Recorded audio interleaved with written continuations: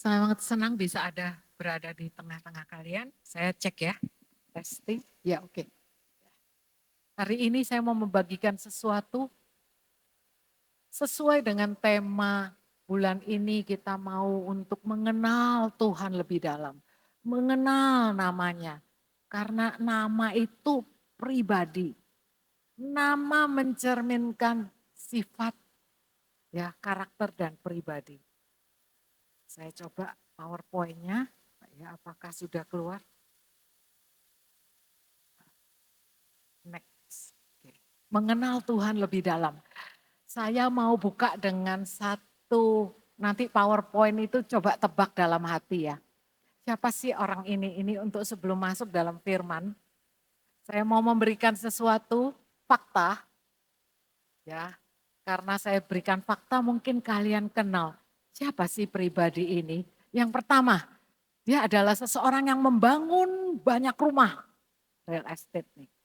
Membuat banyak kebun anggur, taman yang indah, dan kebun buah dengan segala jenis pohon buah-buahan di dalamnya. Juga membuat banyak kolam untuk mengairi pohon-pohon supaya tumbuh menjadi hutan. Dia juga punya banyak asisten rumah tangga. Ya karena sekarang ART, kalau dulu budak, yang laki dan perempuan. Baik yang dia beli maupun yang lahir di rumah. Aku juga mempunyai kawanan ternak jauh lebih banyak dibandingkan siapapun yang pernah hidup sebelum aku di Yerusalem. Kalau ketahuan, kalau ada kata Yerusalem itu sebetulnya saya harus hapus. Tapi kalian tahu kan siapa ini? Satu lagi fakta.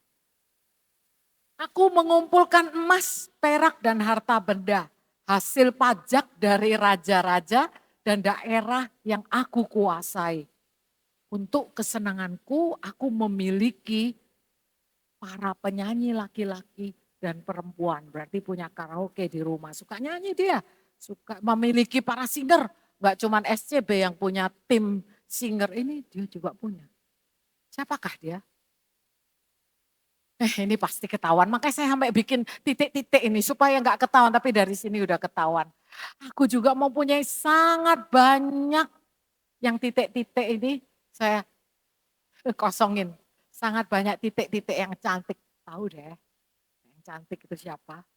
Maka aku menjadi orang hebat yang melebihi siapapun yang pernah hidup tadi udah ketahuan di Yerusalem sebelum aku.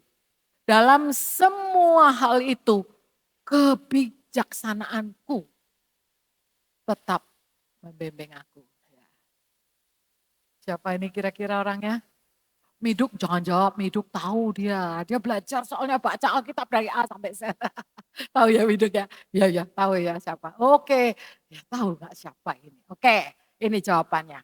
Dia adalah, oh belum, who am I? Nah ini yang menarik. Ini loh kata-katanya dia ini sebetulnya yang diinginkan orang itu ya seperti dia. Dalam hatinya dia ngomong gini, apa yang aku inginkan, aku pasti mendapatkannya. Aku menikmati segala kesenangan apapun. Aku bersuka cita atas semua prestasi yang aku peroleh. Karena itulah yang menjadi upah bagiku. Ini hebat nih. Yang ingin apa dia jadi dan dia kerjakan. Itu menjadi upah bagiku. Ya betul yang kalian tebak itu benar. Ini namanya adalah Salomo. Ya Salomo. Cuman tetapi sayangnya tadi itu saya cuman copy aja. Kalau nggak pernah dengar mungkin karena saya kopinya dalam terjemahan TSI. Mungkin kalau perjanjian baru TB itu lebih formal. Ini saya katakan, namun firman Tuhan katakan, ketika aku merenungkan semua hasil dari usaha-usaha yang aku lakukan itu, juga segala jerih lelahku untuk memperolehnya, aku menyimpulkan bahwa semua itu sia-sia. Sama seperti berusaha menjaring angin. Di dunia ini segala usaha seperti itu tidak ada untungnya. Kok bisa ya? Kalau saya ya seperti yang dia katakan, apapun yang aku inginkan, kalau aku bisa dapatkan, happy saya. Tapi dia loh, udah mendapatkan apa yang dia pikirkan, mimpikan, inginkan, dan kerjakan. Dan dia happy, dia bersuka cita. Tapi toh akhirnya dia bilang, sama seperti berusaha menjaring angin. Di dunia ini segala usaha seperti itu tidak ada untungnya. Istilahnya ujung-ujungnya apa yang dia telah kejar, dia kerjakan, mimpinya tidak membawa sesuatu yang berarti. Karena ada kata sia-sia. Masa begitu ya? Yang menjadi impian ini zaman dahulu kan nggak ada sosmed ya, nggak ada Instagram. Tapi kalau tadi kata-katanya itu banyak rumah, banyak kebun, maksudnya kebunnya juga ada perairannya sendiri gitu ya. Bayangin kalau di-flexingkan begitu, tiap hari bisa banyak subscribernya ya. Tapi dia katakan sia-sia. Satu lagi tokoh, kalau ini mah gampang, gampang tebaknya. Ya. Saya disunat ketika berumur 8 hari, waktu zaman dahulu. Ya, zaman dahulu. Orang anak seorang bayi itu sempurna kalau disunat umur 8 hari. Kenapa kok 8 hari? Menurut medical dokter mengatakan, ya, kalau 8 hari itu anaknya dipotong pun disunat dia tidak kesakitan. Gak tahu kenapa, tapi ada peraturan, ada yang tidak tertulis juga, tapi di dalam kitab disebutkan kalau sunat harus 8 hari. Itu yang sempurna. Gak boleh telat, gak boleh kepagian. Nah orang ini dari suku bangsa Benyamin, saya orang Ibrani. Dalam hal ketaatan pada hukum agama Yahudi, saya adalah anggota golongan Farisi. Kalau ini jelas ya, siapa saudara? Ketawa semua berarti tahu siapa? Ya betul, Paulus. Saya malah begitu bersemangat, ini Saulus dulu. Sehingga saya itu menganiaya jemaat. Kalau dinilai dari segi hukum agama Yahudi, saya seorang baik yang tidak bercela. Iya, dia Saulus memang. Top, orang topnya Farisi. Dan dianggap tidak bercela. Tapi apa yang dahulu menjadi keuntungan bagiku, sekarang ku anggap rugi karena Kristus. Malahan segala sesuatu ku anggap rugi karena pengenalan akan Kristus Yesus Tuhanku. Itu lebih mulia daripada semuanya. Itu bisa dibaca di Filipi 3, mulai dari ayat pertama sampai seterusnya. Saya mau katakan bahwa Paulus itu tidak hidup waktu zaman Tuhan Yesus ada. Jadi dia bertobat setelah zaman Tuhan Yesus sudah mati dan bangkit. Jadi banyak murid-murid Yesus itu malah dikejar dia, bahkan menurut ahli-ahli, itu Stefanus salah satu murid Yesus yang dihukum atau yang dirajam itu juga oleh gengnya Saulus ini. Tapi bagaimana ya seorang yang membunuh, terus karena bertemu dengan Kristus, bukan bertemu muka dengan muka, maksudnya karena tidak berjumpa di zaman yang sama dengan Yesus, tapi dia berjumpa dengan pengenalan yang benar tentang Kristus. Akhirnya dia bertobat. Yang kata-kata dikatakan bahwa karena pengenalan, ini dia. Makanya saya berbicara hari ini mengenai mengenal lebih dalam. Pengenalan akan Kristus membawa perubahan yang luar biasa. Pengenalan akan Kristus itu membuat hidup itu berupa drastis. Saya mau katakan bahwa pengenalan, kenal kan ada 5 dasar kenal ya. Kalau yang di Kersel, yang SP tahu. Orang kenal itu tingkatannya macam-macam. gitu loh. Saya kenal Jokowi, ya. Saya baru-baru ini 2 bulan lalu ke rumahnya Jokowi sama ibu-ibu gitu ya, naik bus rame-rame. Kenapa?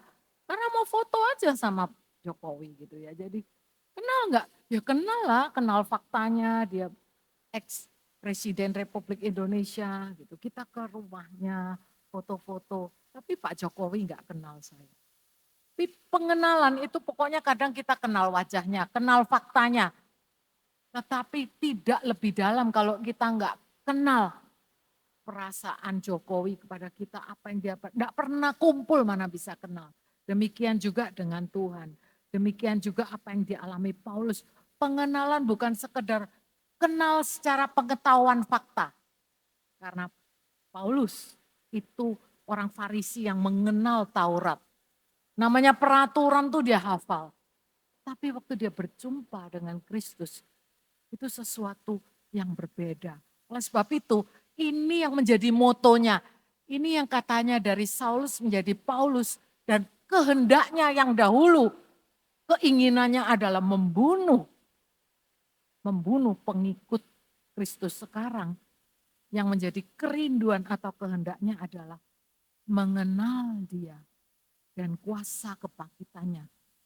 Dan persekutuan dalam penderitaannya, di mana aku menjadi serupa dengan dia dalam kematiannya. Saya mau bagikan kebenaran satu ayat ini, Filipi 3 ayat 10, itu menjadi 3 pokok poin yang penting. Pertama, yang Paulus kehendaki, ini yang menjadi kehendak. Poin pertama adalah kehendaknya dia.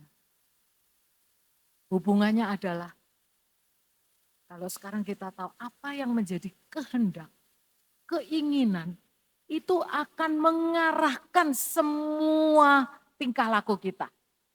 Benar. Apa yang kamu ingini, itu akan mengarahkan bahkan tubuhmu. Kamu pengen makan, lapar, tanganmu tuh tiba-tiba kakimu bergerak untuk mencari makanan. Gara-gara ada kehendak, ada keinginan. Gitu. Itu yang biasa-biasa, keinginan untuk makan. Tapi kalau kita di sini juga kehendak ini ada di jiwa ya. Di dalam tubuh, ini tubuh ada jiwa. Di jiwa itu ada 3. Kehendak atau kemauan, perasaan, dan pikiran. Nah ini ada di jiwa. Kalau perasaan kita itu sakit hati. Di dunia ini kita nggak bisa, maksudnya tidak bisa menyangkali. Kita diem pun ada orang sakit hati. Saya lupa salaman dengan seseorang, ada yang tersinggung. Ya. Saya lupa tersenyum mungkin terlalu sibuk gitu ya. Itu ada yang tersinggung. Jadi itu kita tidak bisa membuat orang selalu senang sama kalian dan satu kali mungkin ada yang tanpa sengaja menyinggung kalian. Bisa jadi. Tapi di perasaan itu karena tersinggung, maka pikiran itu ya berhubungan. Pikirannya jadi kacau. Aduh, pikirannya nggak enak. Di mana kita tersinggung dengan seseorang, yang ada di pikiran adalah orang itu, anehnya. Gitu ya. Jadi pikirannya jadi memikirkan yang harusnya pikirin nih habis ini mesti kerja apa, lupa soalnya terlalu penuh. Dan akhirnya dari perasaan pikiran itu membuat keinginan, kehendak kita itu bisa melakukan sesuatu yang kadang-kadang merugikan kita atau menguntungkan kita. Bisa menguntungkan. Bisa? Ya tergantung, itu pilihan. Saya pernah waktu saya lagi nggak happy, pusing, khawatir, ya, khawatir, gimana ya ini ada masalah nggak beres. Terus kehendak saya, badan tuh maunya saya tinggal untuk tidur aja, ya, terus tinggal tidur. Tapi ternyata kalau lagi gitu nggak bisa tidur. Tapi saya memilih kehendak saya itu saya pilih, oke saya jalan-jalan aja. Itu kehendak yang baik loh.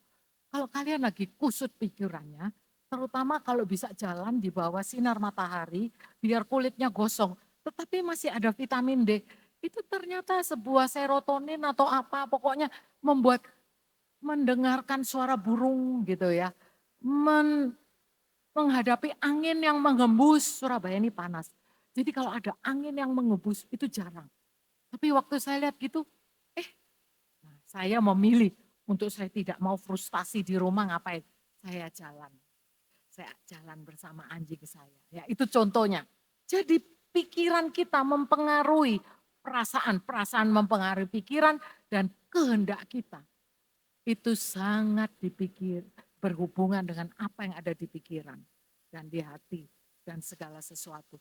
Nah, Paulus ini punya satu kehendak yang berubah dari dulu. Pokoknya satu, mengenal dia dan kuasa kebangkitannya. Jadi yang pertama adalah kata yang ku kehendaki. Kehendak itu kehendak bebas. Kita yang menetapkan kehendak kita. Kita yang punya setir, remote. Kita yang mau menentukan set, oke aku mau. Dan Paulus memakai kehendak bebasnya untuk memilih yang terbaik. Yaitu yang kedua, poin kedua, mengenal dia. Mengenal dia. Kenal Tuhan berarti kenal dengan seorang pribadi yang berkuasa. Saya nggak tahu siapa orang yang paling membawa pengaruh dalam kehidupan saudara sekalian. Saya nggak tahu siapa, coba bayangkan. Siapa sih dalam kerangka kehidupan sehari-hari? Orang yang paling berkuasa di dalam kehidupanmu sehari-hari itu siapa? Gitu. Pasanganmu orang yang berkuasa?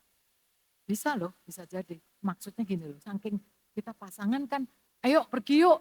Nah, dia kan berkuasa untuk ayo. Dan engkau juga berkuasa bilang, enggak mau gitu. Yuk ke sana, aku berkuasa. Pasangannya bilang, aku mau ke situ. Kuasa itu untuk menentukan aku mau itu terus dilakukan. Dia punya hak untuk bicara. Tapi ini mengenal Tuhan dan mengenal pribadinya. Bayangkan dia pencipta langit dan bumi. Kita seringkali lupa bahwa kita menghadapi dunia ini sesuatu yang terlihat. Tetapi sebagai anak Tuhan, kita tuh makhluk rohani sebetulnya. Yang sangat dahsyat tuh kuasanya Tuhan di dalam kita yang gak terlihat. Tetapi ada, itu yang sulit untuk dimengerti. Dan Paulus mengerti, kalau sampai Tuhan Yesus mati dan bangkit, itu ada kuasanya. Kuasa kebangkitannya itu membuat perubahan. Kalau yang butuh damai sejahtera, kalau yang butuh terobosan, yang butuh sesuatu yang jalan buntu, sebetulnya kita tinggal membutuhkan arahan dari Tuhan.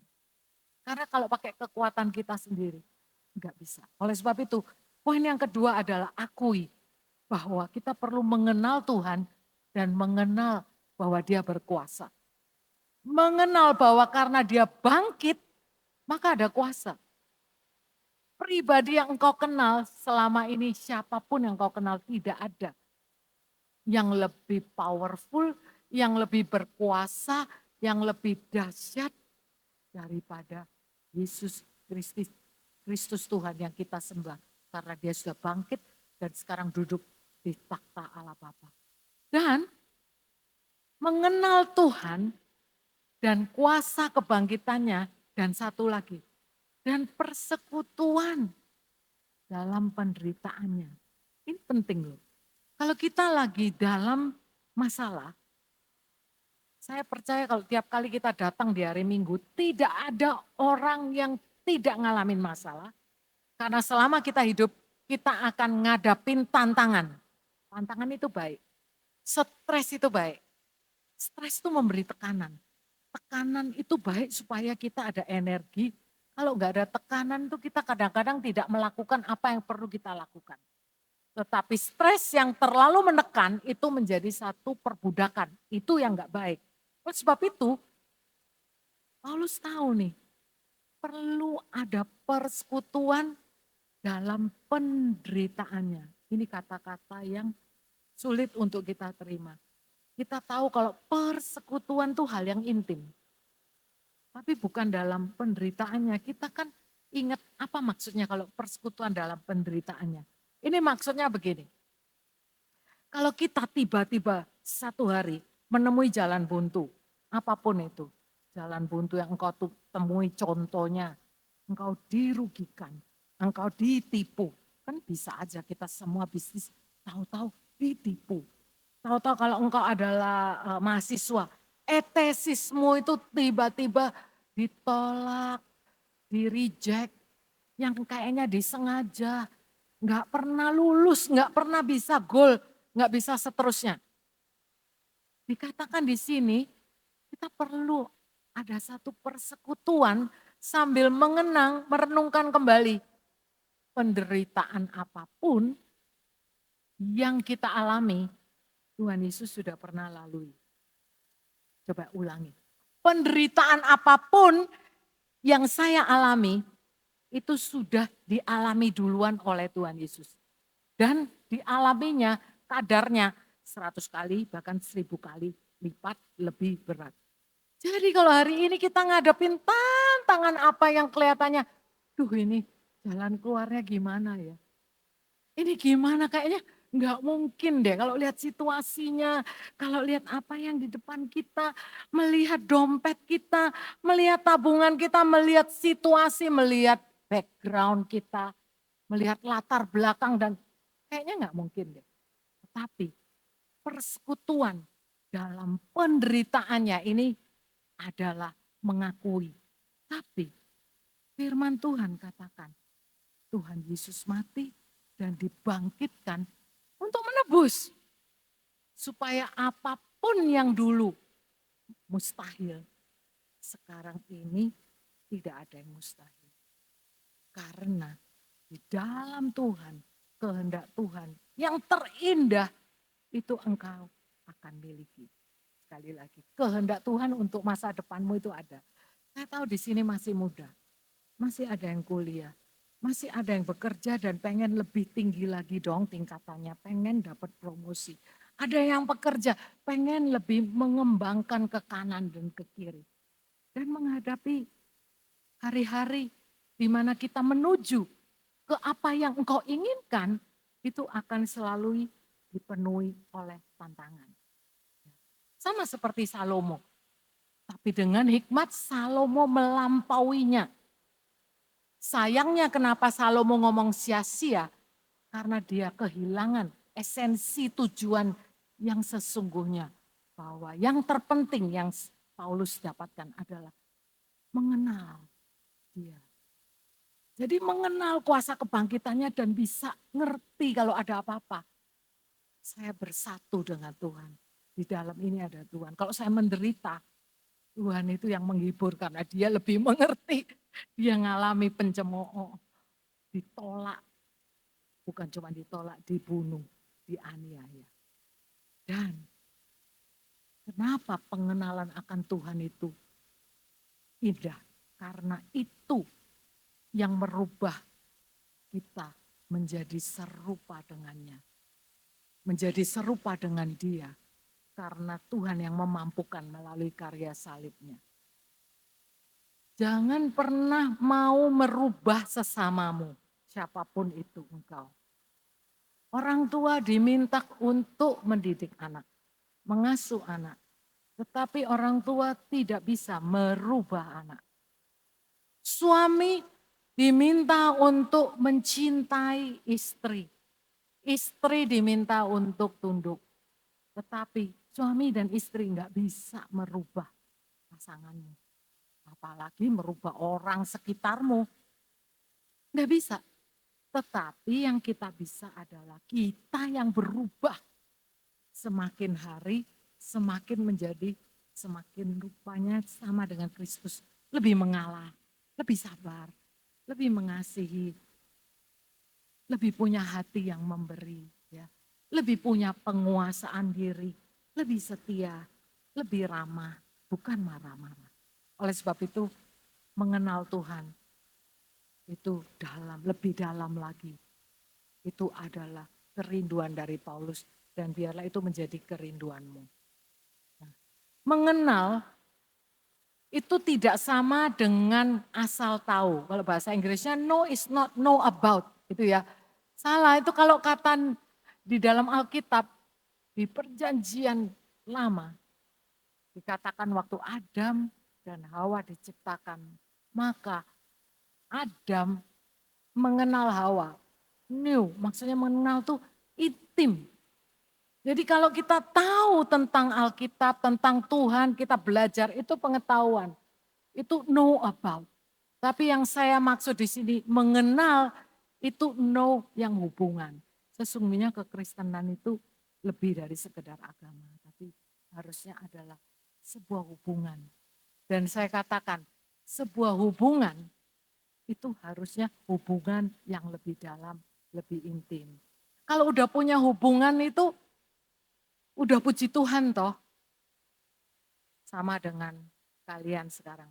Kalian punya handphone, punya akses internet enggak? Hubungannya dengan wifi-nya bagus enggak? Ya ada hubungan.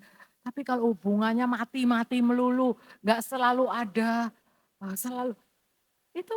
Tapi kalau hubungannya kuat, semua informasi, semua percakapan bisa lebih lancar. Tapi gara-gara sebuah hubungan yang tidak kuat, yang kurang dalam, yang kurang berkualitas, mengganggu semuanya. Jadi mengenal itu bukan cuma mengetahui, tetapi mengenal adalah sebuah proses di mana kita bisa bertumbuh dalam pengenalan. Nah tadi saya katakan kalau tahap mengenal orang kan kita tahu ya, wajahnya dulu, faktanya, baru kalau lebih dekat perasaannya, ketakutannya, baru iman percayanya. Nah, kalau mengenal Tuhan, itu justru terbalik. Maksudnya stepnya adalah kita mau mengenal Tuhan lebih dalam. Kita memang tidak kenal wajahnya, kita gak pernah bertatap muka dengannya. Tapi kita mulai dengan iman. Mengenal Tuhan dimulai dengan iman, percaya bahwa Kristus Yesus telah mati. Dan karena itu kita sekarang bisa punya akses dengan Bapa dan akses bisa berdoa dengan Tuhan Yesus. Mulai dari iman. Dari iman ini mulai kita tuh bertumbuh kedalamannya kalau kita berani jujur sama Tuhan tentang ketakutan kita. Tentang perasaan kita. Sama Tuhan nggak perlu pura-pura, kita bisa apa adanya. Apa? Dia tidak pernah tersinggung. Baru setelah itu kita belajar barengan fakta. Fakta firman Tuhan perlu dibaca. Tetapi iman itu membuat kita mengenal firman dan kita bisa tahu bahwa ini sesuatu bukan cerita, bukan kisah, ya. Tapi ini adalah sesuatu yang hidup, arahan hidup. Firman Tuhan bukan sekedar surat, tetapi surat cinta dari seseorang yang sangat mencintai kita. Mengenal Tuhan mulai dari iman kita, mulai dari hati.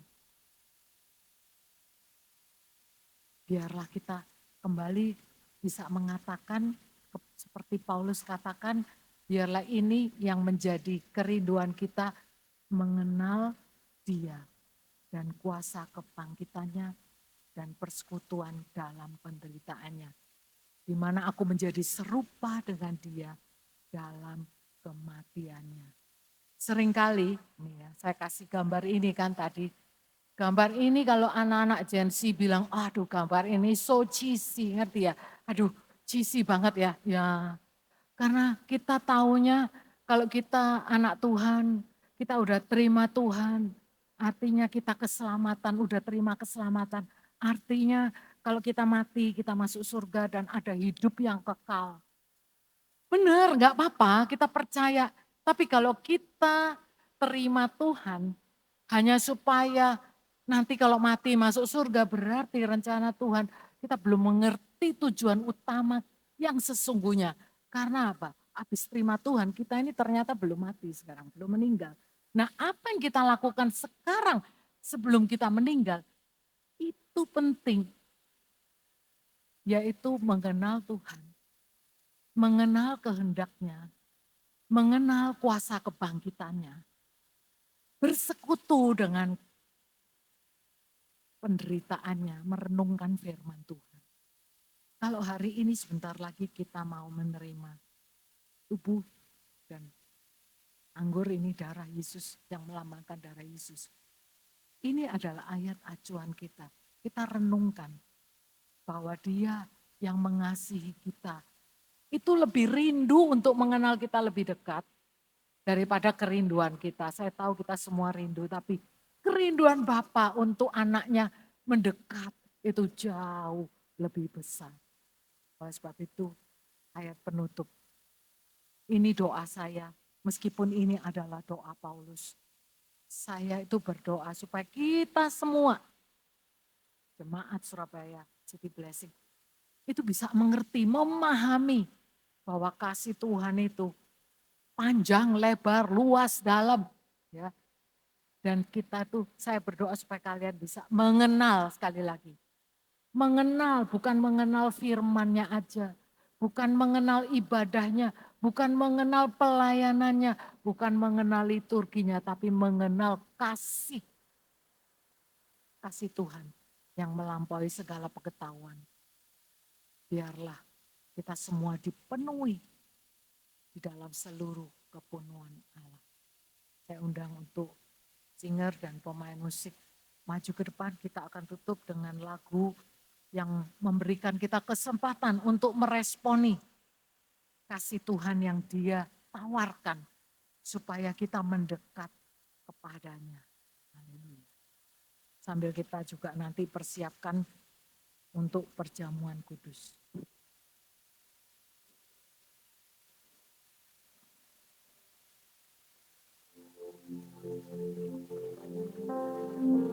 Terima kasih Tuhan. Engkau baik. Engkau rindu mendekat. Dan Engkau senantiasa ada bersama kami. Sesungguhnya tidak pernah Engkau meninggalkan atau menelantarkan kami. Betapa kami kadang menganggap Engkau jauh.